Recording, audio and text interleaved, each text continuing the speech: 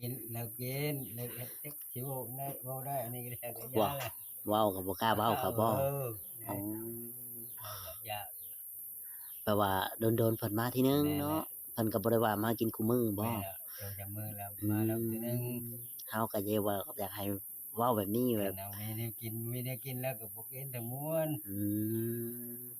ย้านนี่แหละเพราะว่าบ่แม่นแล้วว่าคู่มื้อคู่เว้นอ๋อบ่มีแล้วบ่แม่นคุมื้อคุเว้นเนาะอย่างนี้แหละเพิ่นเห็นว่า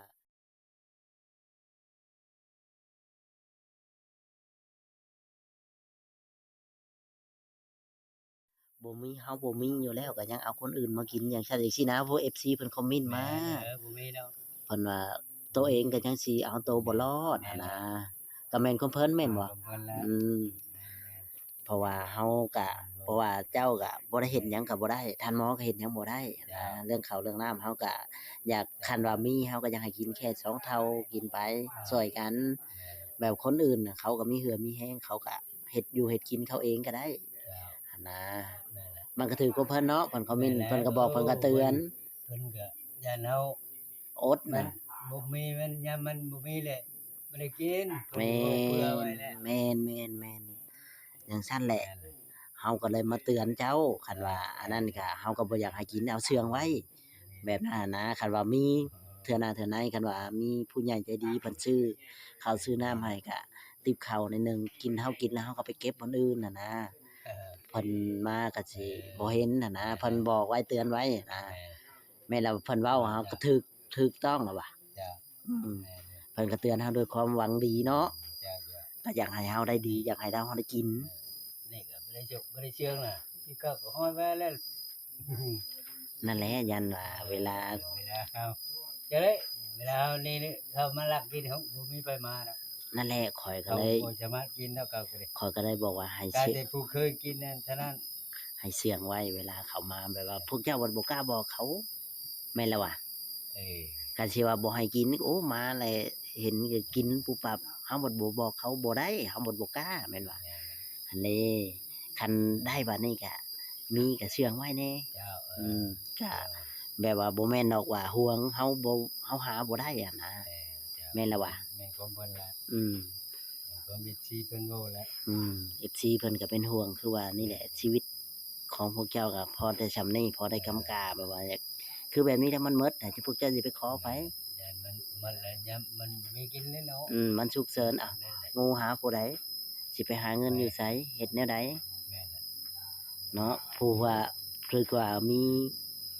คนอยากช่วยหยังเฮ็ดหั้นเฮ็ดอันนั้น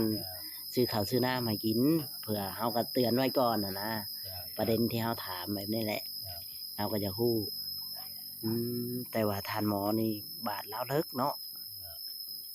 บาดเลิกแล้วก็บ่หายนานหายเราก็เลยแบบว่าเจ็บปวดเนาะเช้าแล้วแม่นแหละมันก็เจ็บแหละโอ้เราก็ให้ใช้ทันเป็นบาด ให้ใช้ลุงคำใสให้พังอยู่บ่ โอ้มีแต่ลูกโอยนางโอยแล้วล่ะอยู่บ่ได้ไปอืมยันว่าเคยให้เคยแบบว่าให้ว่าเฮาสิรอดบ่หมู่เอ้ยจังซั่นจังซี่เคยท้อไปว่าให้เฮาพังก็บ่ได้ให้เนาะแค่ว่าโอ๊ยไว้ได้อ๋อยินแต่ละจมโอยบาดดีนี่คือสิตายแล้วล่ะอืกันมบาดบ่ดีนี่โยคงสิตายแล้วล่ะอา คันสมมุติว่าท่านหมอบ่ได้อยู่แล้วลุงคำไสสิถึกสมมุติว่าท่านหมอสิเซ็นเรือนให้เจ้าจะสิเอาบ่สมมุติในสมุดแค่สมุดสมมุติคันว่าเราสิบ่อยู่ เราเช่นกันแล้วบ่เช่นเลย อ๋อ ก็แล้วคนอื่นนี่เช่นให้อันนี้ก็เว้าบ่ได้เนาะเฮาแค่สมมุติซื่อเออๆอันนี้เห็น FC เพิ่นถามเฮาก็เลยบ่ฮู้เนาะก็มันน่าสิเป็นไปบ่ได้อะนะยังบ่เว้าดอกยังบ่เว้าไปยังบ่กล้ายังบ่กล้าคือแล้วแต่อันนี้เฮาก็อยู่ไปนำกันเบิ่งกันนี่แหละเนาะจักค่อยดำค่อยดอนแล้วไปก่อนไปหลังพะสิจักเนาะแม่นแหละอืมนี่แหละถือว่าเราโอ๊ยๆเราบ่ไปแบบคนที่บ่โอ๊ยๆไปก่อนเราก็มี แม่นแล้วจ้ะนั่นแหละ ตื่นเช้ามาเห็นหน้ายังว่ายังแน่เนาะจ้ะไผสิจักบ่ได้เลยอืมนี่แหละพวกเฮาดอก แล้วแต่บุญวาสนาแม่นแหละเฮาก็ดูแลกันไปเนาะกันแบบนี้ก็ต้องดูแลต้องเบิ่งอันแหละคันบ่เบิ่งก็บ่ฮู้คือว่าแหละ คือลุงคำไสนี่ก็บ่ได้รังเกียจอีหยังสักอย่างหนึงแล้วถึงเราสิเป็นบาดเป็นแผลหยังก็ โอ้ ทำตักน้ำตักใน ครบหมด ครบทุกอย่างซักเสื้อซักผ้าให้เลาก็เนาะ ถื อื อว่าม คนนี้แหละดูแล หรือว่าลุงคำไสนี่ เดี๋ยว สุดๆอีกคนหนึ่งเลยพี่น้อ เพื่อง นเปิ้ลเลยไปชักให้อย่างนี้ แม้แต่แผลเลาสำใด แล้วก็ใช้ยาย ใช้คู่มือ ชงเถื่อชามเถื่อ อ๋อแบบว่า ใช้ยามันเนี่ยมันนานดีมัน ให้มันดีไว้ ให้มันดีไว้อันใดก็ดี แต่ใส่ไปก็ยังคือเก่า ใจไปก็คือเก่า อืม นี่ก็จากในที่เฮ็ดแล้ว เราค้างให้พังบ่เวลากลางคืนอย่าเราเจ็บ โอ้ยโอ้ยได้ยินอยู่ กับบ่ได้ค้างเราก็ได้ มันเป็นบางเทื่อบ่ แม่นแหละเป็นบางยาม อ๋อ แล้วย่างนะแล้วย่างเลยมาแล้วมัน มันคัด มันเจ็บเลย อ๋อแบบว่ามันแดง มันแตก มันแตกมันแดง มันแตกมันแดงแล้ว อืม นี่ก็เพิ่นกินพิษ อืม กินในพิษก็พิษเด้เนาะ แม่นแม่นแม่น มันก็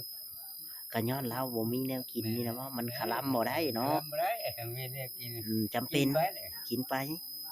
กินเพื่ออยู่บ่ได้อยู่เพื่อกินเด้ แม่นกินพิษมันก็แดงจนครึ่งขึ้นเลยเจ้าก็ เจ้าเห็นเจ้าบ่ย้านแหน่บ่บางเทื่อนะ โยยานแน่นี่ แต่ว่าจำเป็น จำเป็น โอ้เราก็ย่านอยู่พี่น้องแต่ว่าจำเป็นกันสิเฮ็ดจังไดก็ แต่แล้วบ่ให้ได้มื้อนั้นน่ะมันเจ็บแฮงเดิ โอ้มื้อนั้นเราให้เจ็บแฮงแบบทรมาน ใช้ยาตัวมันบ่ถึกตัวมันพิษมันกัดมันยังโยกมันมือมันแดงคือโยก แบบเราไปติดหนี้ติดสินเขาบ่ค่ายาค่าหยังนี่ติดอยู่บ่ บ่ เราบ่ได้ติดบ่ บากคอใช้ยาอยู่อันนี้ตัวชื่อยาการเชื้อกินยา แบบไปข คร อ อบลาอย่างนั้นแหละกิน พอบรรเทา แก้ปวดแม่น พอแค่บรรเทาพี่น้องเอ้ย นี่แหละ เราจริงกิน ชีวิตทานหมอกับลุงคำไสนี่ก็ถือว่าสำว่าเคยทำบุญมาร่วมกันแต่ชาติก่อนเนาะก็เลยมาดูแลมารักษา วันนี้ได้ดูแลกัน อืม แม่นแหละ ดีได้ที่ได้ดูแล คนอื่นดี เขาไปได้เฮิ ได้ ง บ่เนาะแม่นแหละ อืมลุงคำไสก็บ่ได้รังเกียจบ่ได้หยังก็เฮ็ดไปเนาะ ครับ ดีๆถ้าลุงคำไสก็สู้ต่อไปนะเฮ็ดแนวใดดูแลคนป่วยถึงถือว่า บุญวาสนาส่งก็มีเฮาก็บ่แน่บ่นอนเนาะ จ้ะ อืมไผสิมองเห็นอนาคตวันข้างหน้าแม่นล่ะว่าเฮาฮู้จักแต่ ตอนเฮามื่นตาได้เนี่ยตื่นเช้ามาเฮาบ่ฮู้เด้ว่าสิเป็นในใดวันข้างหน้าเฮานี่แหละชีวิตของลุงคำไสกับท่านหมอเนี่ยก็ถือว่าเป็นคนที่ว่า อยู่ดูแลทุกอย่างนั่นแหละเวลาไปหาอยู่หากินก็ไปหาอยู่หากินเนาะก็บ่ได้อยู่ซื่อๆแม่นบ่ แม่นแหละ อืมแต่ว่าเฮาไปก็พอได้กินเนาะ บ่ได้กิน อืมแบบ แต่หา ขัน ปูปลา อ๋อตอนนี้มันหาได้หน้าฝนเนาะ ฝนตกการเคียด โอ้ ก็ได้ โดย ปิ้งต้ม เจ้า กิน พอวันหน้าฝนอยู่เนาะคันเป็นหน้าแล้งนี่อาจสิหายากหน่อยหนึงเนาะ เจ้า อืมพอได้กินแล้วก็ได้พี่น้องเอ้ยพอได้แบบประทังชีวิตไปวันๆหนึ่งอะนะต่อชีวิตไปวันๆหนึ่งแต่ว่าข้าวน้ำจำปาตอนนี้ก็ว่าหมดเกลี้ยงเราก็ได้ พี่น้องเอ้ยก็จนไปขอขวัดกินกูมื้อนี่ขอขวัดกินบ่ เจ้า อ๋อ เขาวัด อืมขอข้าวปั้นนี่บ่ ป้านั่นน่ะก็ชุก อืมขอข้าวปั้นข้าวซุปในวัดพี่น้องเอ้ยก็พอได้ให้ พอได้บรรเทาชีวิต ขอมื้อหนึ่งนี่ได้เท่าไหร่ ประจำวันเอ้า หรือว่า กินมื้อเช้ามะเร็ง เมิด มื้อเช้าก็หมดแหละ อ๋อมือใหม่ลงไปไหม มื้อใหม่ลงไปไหม อ๋อเพิ่นก็ให้กินอยู่เนาะเพิ่น เจ้า ที่ว่าข้าวก้นบาทเฮาก็ แม่นแหละ ถือว่าก็ได้บุญแบบหนึงเฮาได้กินข้าวก้นบาทน่ะนะ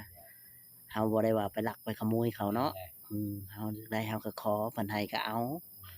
เพิ่นบ่ให้แล้วก็อย่าอืม เพิ่นเฮารู้สึกดอกเห็นแล้วลงแหละ ให้โลด ให้รถ อ๋อ เพิ่นจกเอาไว้ อืม ให้กิน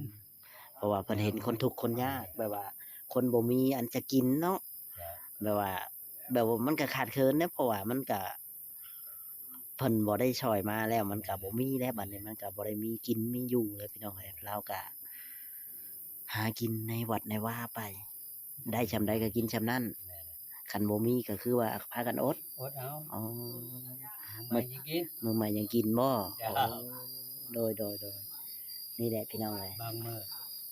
เจ้า บางมื้อได้ก็ได้กิน อืม บางมื้อบ่ได้ก็บ่ได้กินจักแนว มีอยู่บ่เงิน ไป ใจ หา ลุง ไป ก็ใช้ชื่อยาดูดจัก10,000 สิไปหาก็ไปบ่ได้ เฮาก็บ่ได้มีเงินมี ไป คำ บ่ได้เลย นี่แหละเด้อลุงก็ใช้ลูกหลานก็ให้ มีเงิน10,000ก็สิให้ไปซื้อของอยู่ของกินเล็กๆน้อยๆเจ้าโดย ดีมีแฮงดีต่อไป โดย เป็นให้แฮงลุงนี่แหละ เจ้า ความ สวัส ทุ ดี กข์ความยากนี่ โดยสวัสดีและสบายดี